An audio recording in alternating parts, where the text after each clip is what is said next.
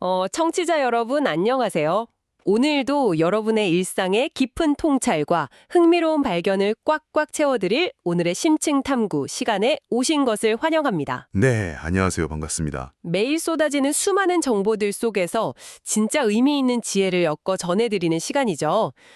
오늘 우리가 함께 나눌 주제는요. 네, 아주 일상적이면서도 파고들수록 우리의 존재 방식을 완전히 뒤흔들 만큼 묵직합니다. 바로 사람 앞에 섰을 때라는 주제입니다. 정말 피할 수 없는 주제네요. 우리가 매일 겪는 일이니까요. 그렇죠. 그리고 특별히 오늘은 정영기 목사님께서 보내주신 오늘 맥체인 본문을 바탕으로 이 흥미로운 여정을 떠나보려고 하는데요. 이게 2월 26일자 말씀입니다. 네, 맞습니다. 혹시 맥체인 성경 읽기표가 좀 낯선 청취자분들을 위해서 아주 짧게 덧붙이자면요. 네. 설명해 주시면 좋죠. 이게 19세기 스코틀랜드에 맥체인 목사님이 고안하신 방식이거든요. 구약과 신약의 서로 다른 본문들을 매일 유기적으로 연결해서 읽도록 설계된 아주 탁월한 틀입니다. 구약과 신약을 하나로 꿰어내는 거군요. 맞습니다. 그래서 오늘 우리가 살펴볼 본문도 네 군데나 됩니다. 출애굽기 9장, 누가복음 12장, 욥기 27장, 그리고 고린도전서 13장입니다. 와, 출애굽기부터 고린도전서까지 시대도 다르고 배경도 완전히 다르잖아요. 그렇죠. 이 네 개의 텍스트를 나란히 펼쳐놓고 보면 정말 놀라운 패턴이 발견됩니다. 지리적 배경이나 등장인물은 다 다르지만 마치 하나의 정교한 테피스트리처럼 쫙 연결되어 있거든요. 오, 어떤 식으로 연결되나요? 우리가 아침에 눈을 떠서 밤에 잠들기까지 끊임없이 누군가의 앞에 섭니다. 가족 앞, 직장 동료 앞. 네, 어쩔 때는 저를 막 냉혹하게 평가하는 권위자 앞이나 대중 앞에 서기도 하죠. 진짜 긴장되는 순간이잖아요. 맞아요.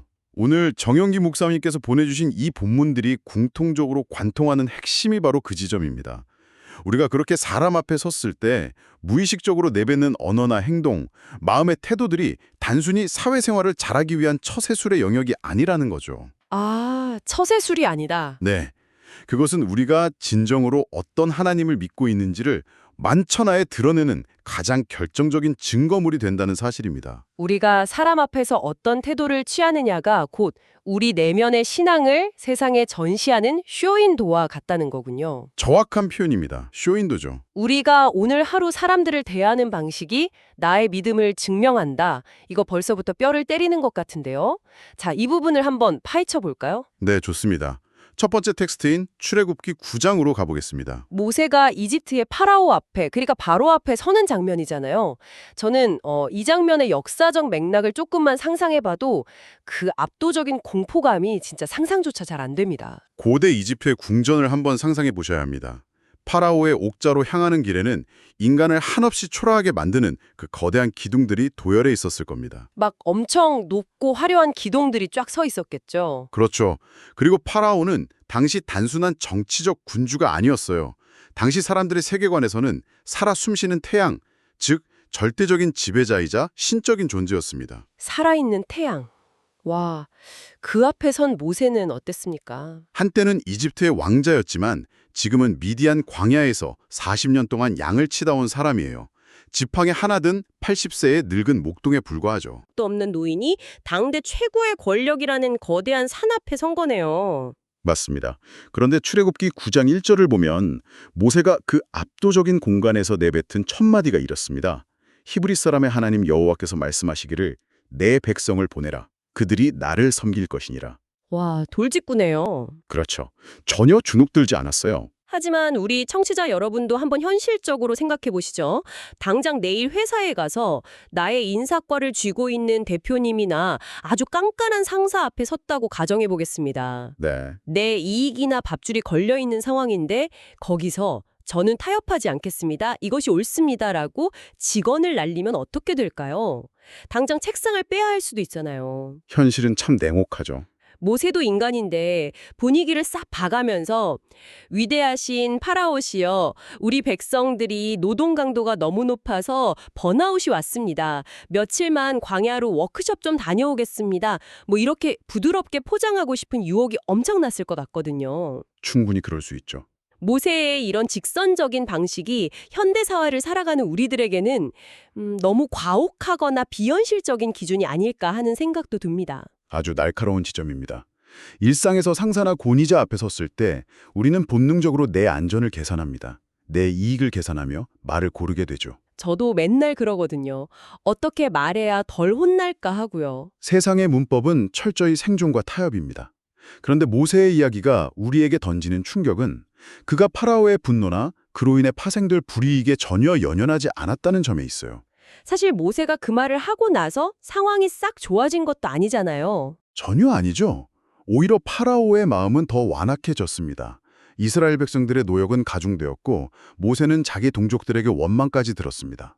그런데도 모세가 그 메시지를 굽히지 않은 이유는 뭔가요? 고집인가요? 단순한 만용이나 고집이 아닙니다.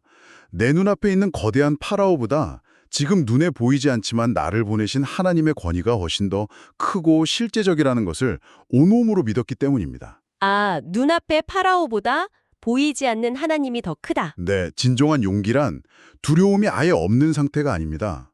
누구를 더 두려워해야 할지 아는 명확한 인식에서 나오는 거죠. 누구를 더 두려워할 것인가에 대한 우선순위의 문제군요. 청취자 여러분도 일상을 한번 떠올려 보시길 바랍니다.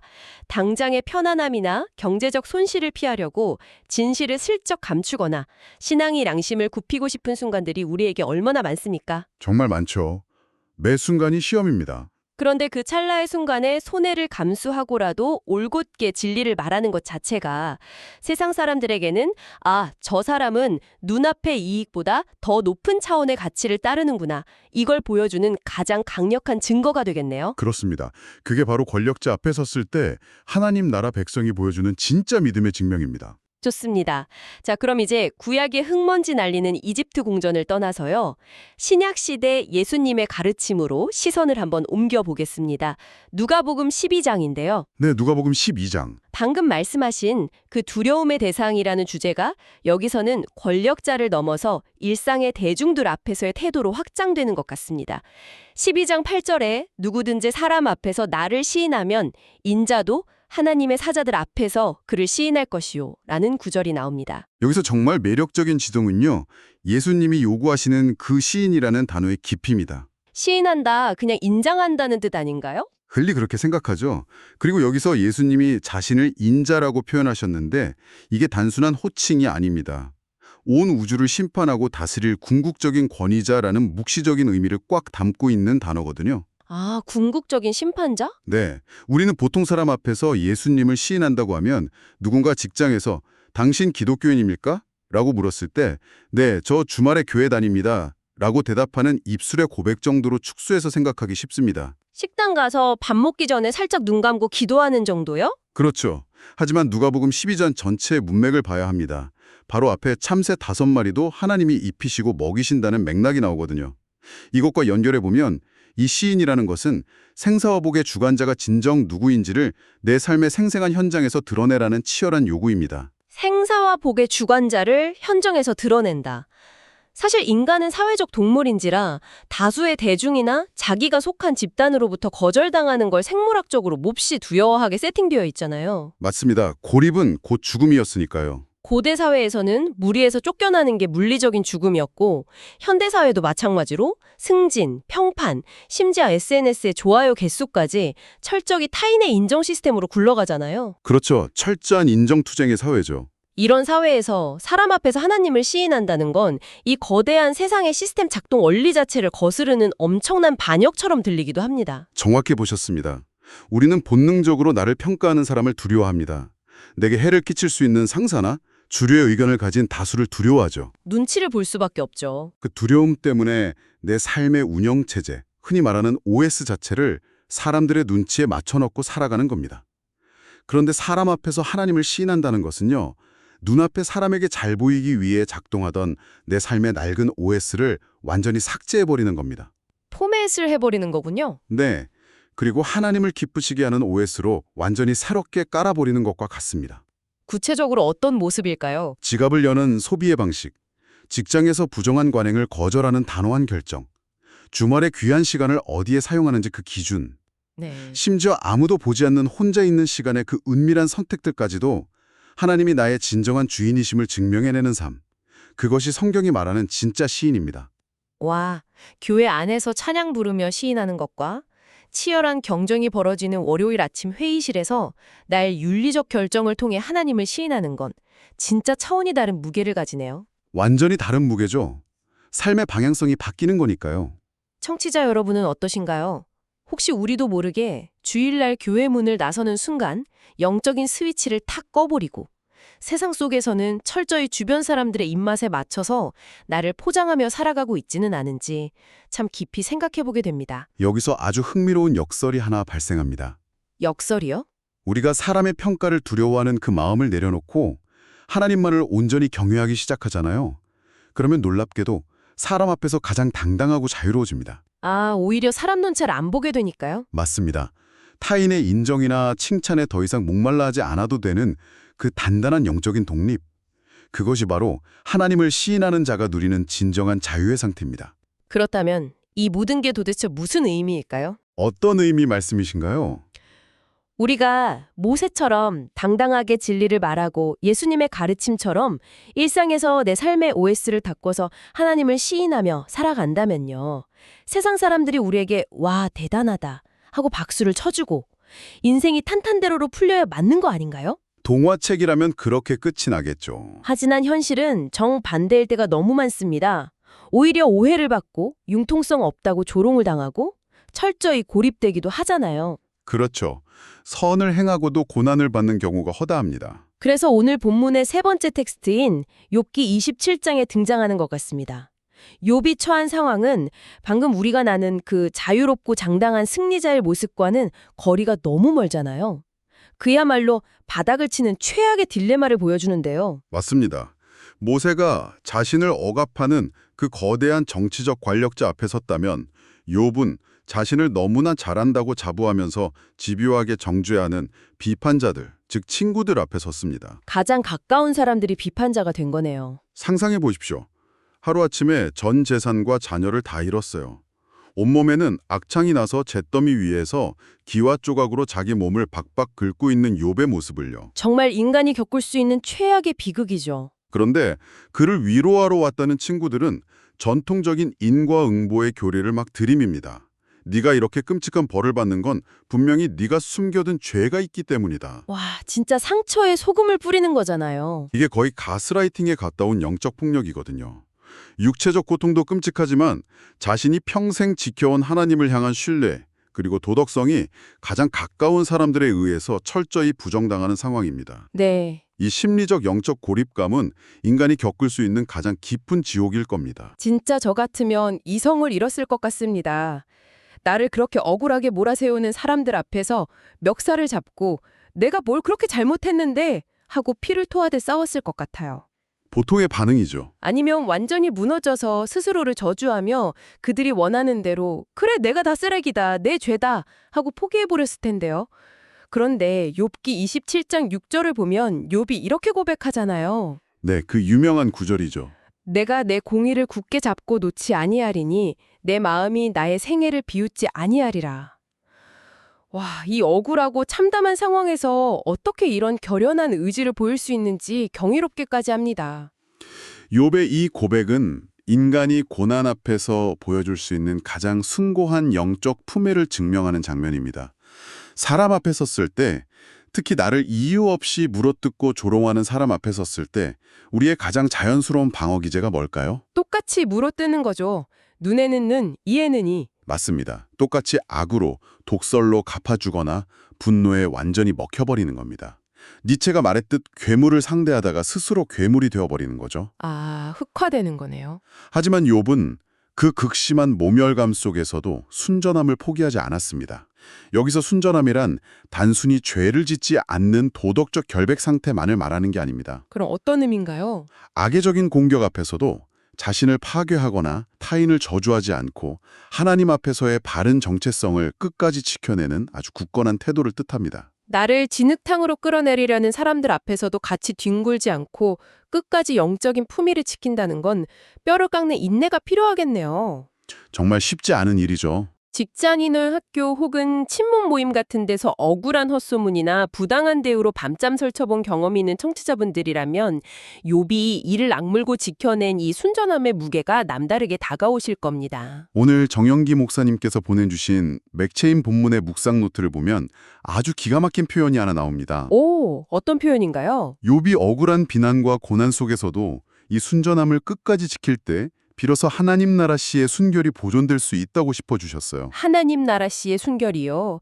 표현이 시적이면서도 아주 심오한 개념 같은데 청취자분들을 위해 조금만 더 쉽게 풀어주시겠어요? 우리 내면에 심어진 복음의 생명력 혹은 신앙의 본질을 하나의 작은 씨앗이라고 한번 상상해 보십시오. 네, 씨앗. 세상의 악과 폭력, 억울한 비난이 가시덤불처럼 나를 막 찌를 때 내가 거기에 똑같이 악독한 마음과 분노로 대응하면 어떻게 될까요? 내 안에 그 고귀한 씨앗은 분노와 복수심이라는 독소로 오염되고 맙니다. 아, 생명력을 잃어버리게 되겠네요. 그렇죠. 썩어버리는 겁니다. 하지만 욥처럼 피투성이가 될지언정 타인을 향한 저주로 선을 넘지 않고 묵묵히 하나님만 바라보며 순전함을 지켜낼 때 그 씨앗은 오염되지 않고 순결한 상태로 보존됩니다. 보호막을 치는 거군요. 그리고 마침내 그 순결한 씨앗은 하나님의 때에 싹을 틔워서 세상의 어떤 악도 흉내낼 수 없는 거대한 생명의 능력을 발휘하게 됩니다. 와, 가장 혹독한 비난자들 앞에 섰을 때 나의 순전함을 지키는 것. 이것이야말로 눈에 보이지 않는 가장 치열하고 위대한 믿음의 증명입니다. 억울함 속에서도 내가 입을 다물고 선을 택하는 그 고독한 순간이 그저 힘이 없어서 억울하게 당하는 게 아니었네요.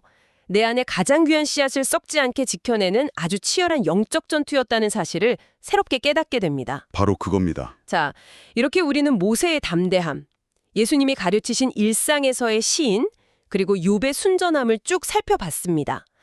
그런데 이쯤 되면 저한테 하나의 의문이 생깁니다. 네, 말씀하시죠. 이 세 가지 덕목을 다 갖춘 사람은 완벽한 신앙인일까요? 여기서 오늘의 대미를 당식할 네 번째 텍스트가 등장하죠. 바로 사도 바울의 고린도전서 13장, 그 유명한 사랑장입니다.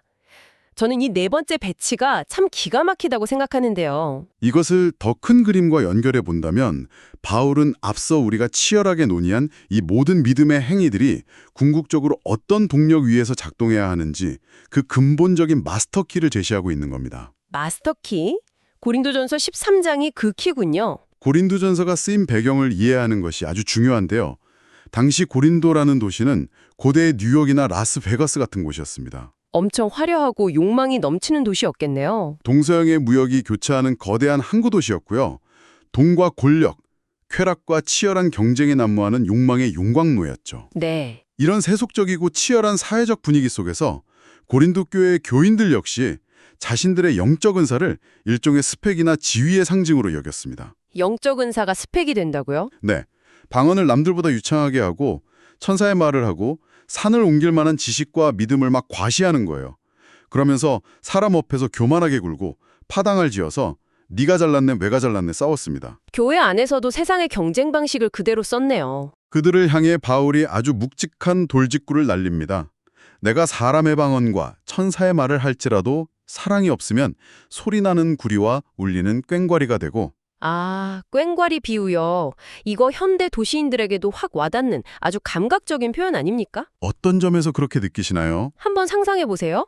주말 아침에 꿀맛 같은 달콤한 늦잠을 자고 있는데 갑자기 옆집에서 인테리어 공사한다고 벽을 드르륵 뚫는 소음이 들린다고 생각해 보세요. 아, 진짜 생각만 해도 스트레스 받네요. 그 공사 자체는 자기 집을 예쁘게 꾸미는 그 사람 입장에서는 아주 옳고 가치 있는 일일지 몰라요. 하지만 쉬고 있는 이웃인 나에게는 그저 신경을 긁는 끔찍한 소음 공해일 뿐이잖아요. 맞습니다. 교인들이 자신의 믿음을 증명한답시고 막 떠드는 그 훌륭한 말과 행동들이 그 안에 타인을 배려하는 사랑이 빠져 있다면 결국 이웃의 귀를 찢는 영적인 소음에 불과하다는 거군요. 아주 찰떡 같은 비유입니다. 영적인 소음공예죠.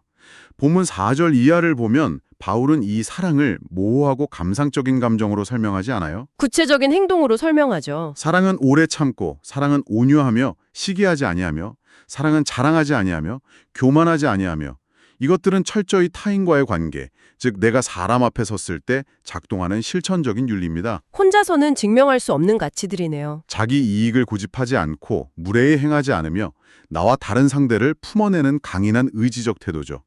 이 관점에서 앞에 세 가지를 다시 한번 조명해 보십시오. 모세, 예수님의 제자, 욥을요? 네.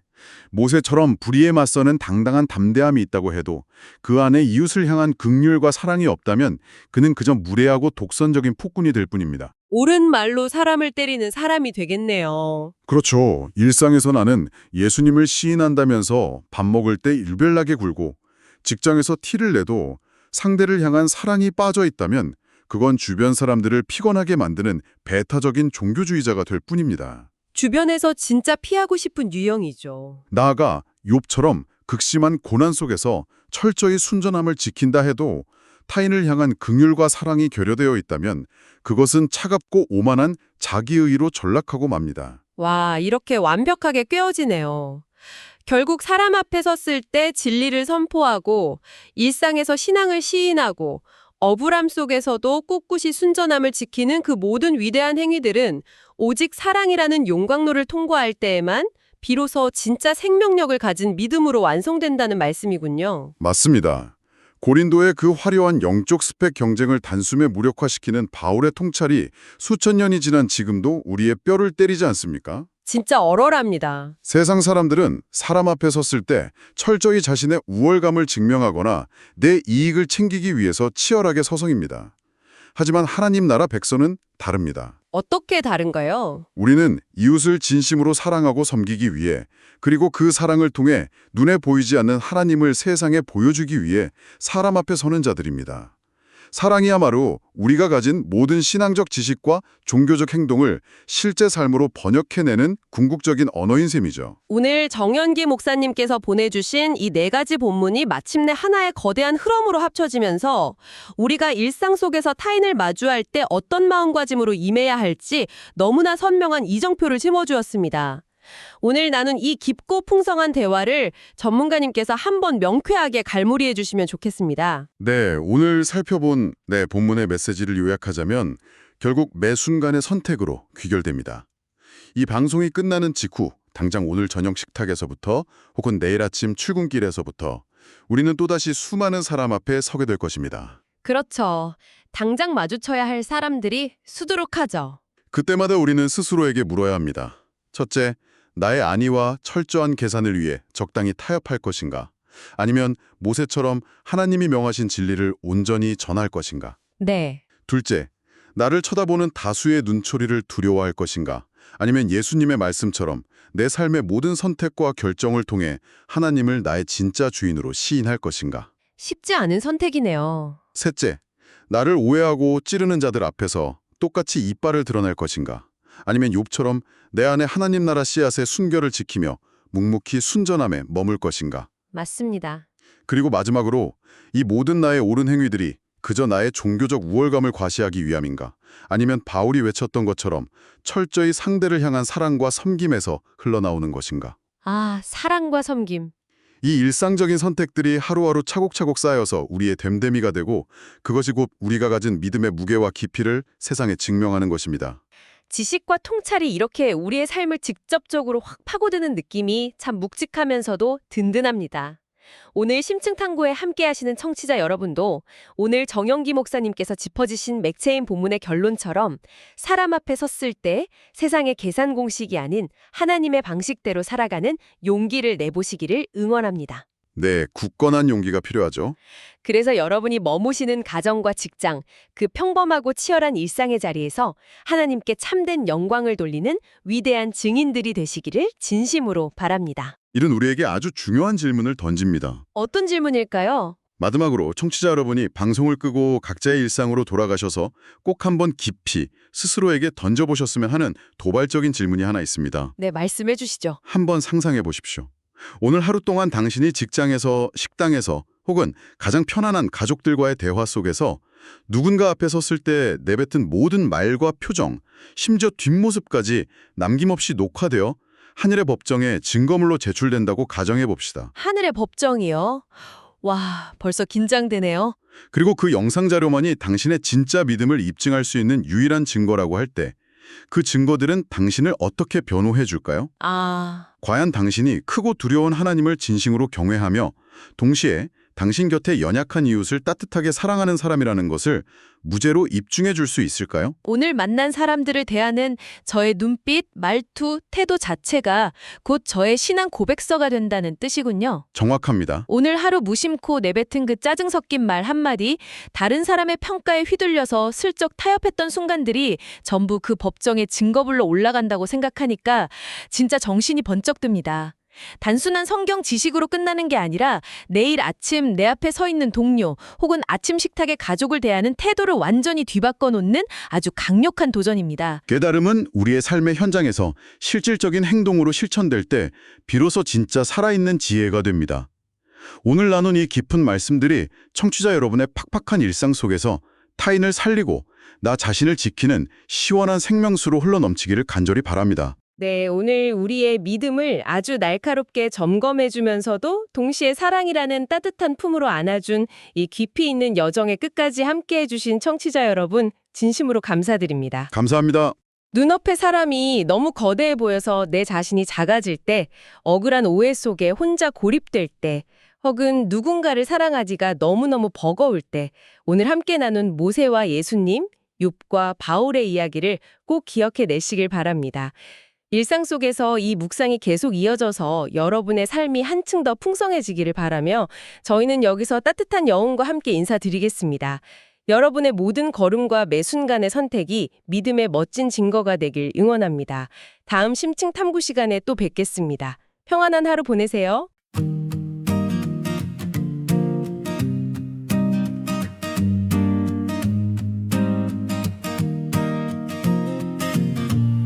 완악한 세상 왕 앞에 선 모세처럼 내 입술에 담긴 주의 말씀 전하려 하네. 내 백성을 보내라 히브리 사람의 하나님, 그 명령 앞에 타협지 않는 담대한 고백.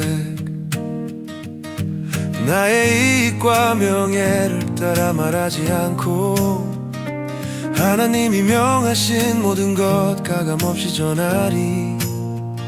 사람의 눈빛이 나를 흔들려 하여도 나는 하나님의 말씀을 전하는 자로 서리라. 내가 사람 앞에 서서 주를 시인하리니 인자도 하나님 사자 앞에서 나를 시인하시리. 비난의 폭풍 속에 내 순전함을 지키고 모든 것에 으뜸인 사랑으로 행하리니. 세상 앞에서는 오늘 오직 주만 드러나게 하소서. 누구를 두려워하며 누구를 의식하나, 몸은 죽여도 영혼은 얻지 못하는 자들보다 생사와 복 주관하시는 전능한 주를 경외하며 사람 앞에서 나를 신하라 하신 주님. 은밀한 죄의 유혹이 나를 유혹할 때에도 하나님을 주인 삼고 그분 뜻을 행하리니. 일상의 모든 자리에서 주를 신하는 삶, 하나님 나라의 향기가 되어 번져가게 하소서. 내가 사람 앞에 서서 주를 시인하리니 인자도 하나님 사자 앞에서 나를 시인하시리. 비난의 폭풍 속에 내 순전함을 지키고 모든 것에 으뜸인 사랑으로 행하리니. 세상 앞에서는 오늘 오직 주만 드러나게 하소서. 친구들의 비웃음과 고난의 긴 터널 지나도 나는 내 순전함을 결코 버리지 않으리. 내 마음이 내 생애를 비웃지 않도록 내 공의를 굳게 잡고 악에서 멀어지리라. 해줘야 고백이 나의 진실한 노래가 되어 어둠 속에서도 빛나는 믿음의 증거가 되리니. 천사의 말을 하고 큰 믿음이 있다 해도 사랑이 없으면 울리는 들과리에 불과하네. 오래 참고 온유하며 시기하지 않는 마음, 교만과 자랑 버리고 오직 사랑으로 행하리. 세상은 성공과 힘을 보라 소리쳐도 우리는 낮아져 섬기며 그리스도의 사랑을 보노라. 영원히 변치 않을 그 사랑이 내 삶의 법이라네. 모세처럼 주의 말씀을 담대히 선포하고 예수님 말씀 따라 사람 앞에 주를 시인하며 해치 결단으로 순전한 공의를 붙들고 바울의 가르침대로 모든 일에 사랑을 더하리. 세상 앞에서는 매 순간 주와 함께 걷게 하소서.